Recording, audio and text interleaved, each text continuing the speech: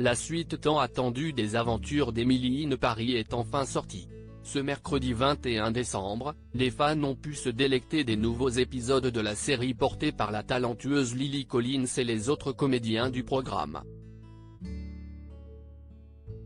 Parmi eux, Philippine Leroy-Beaulieu, interprète de Sylvie Gratton, patronne française, froide et hautaine de l'héroïne. CIST avec sa fille Thaïs que la belle actrice, également vue dans 10%, a assisté à la grande première parisienne au Théâtre des Champs-Élysées le 6 décembre dernier. Une fille née de la relation qu'elle a connue avec le metteur en scène Richard Bean. Et il n'est pas le seul à avoir conquis le cœur de l'actrice. Bien avant de rencontrer le père de sa fille, Philippine Leroy-Beaulieu était en couple avec un homme bien connu dans le milieu du 7e art. Le réalisateur répond au doux nom de Santiago Amigorena, est argentin et n'est rien d'autre que l'ex-mari de Julie Gaillet et le père de ses deux garçons, Tadeo et Ezequiel. Une histoire qui a pansé les plaies au cœur que Philippine Leroy-Beaulieu avait causé chez le réalisateur.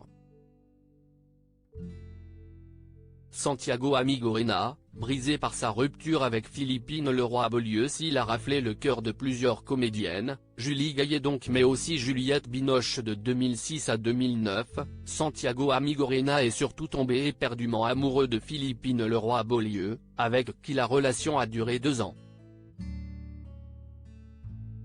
2 années de passion dévorante le concernant, conclues par une rupture brutale qui le fera plonger dans une dépression. De cette romance, ni mariage ni enfant mais 2 livres autobiographiques, Le premier amour et La première défaite dans lesquels l'auteur raconte son coup de foudre, le bon vieux temps avec Philippine Leroy-Beaulieu et la décision de la comédienne de le quitter en 1982, le début de la fin pour Santiago Amigorena. Le jeune homme de 19 ans reste seul, dans son studio de 15 mètres carrés de l'île Saint-Louis, avec sa douleur océanique. Il va se noyer dedans. Il pleure, il écrit, il marche, il dort.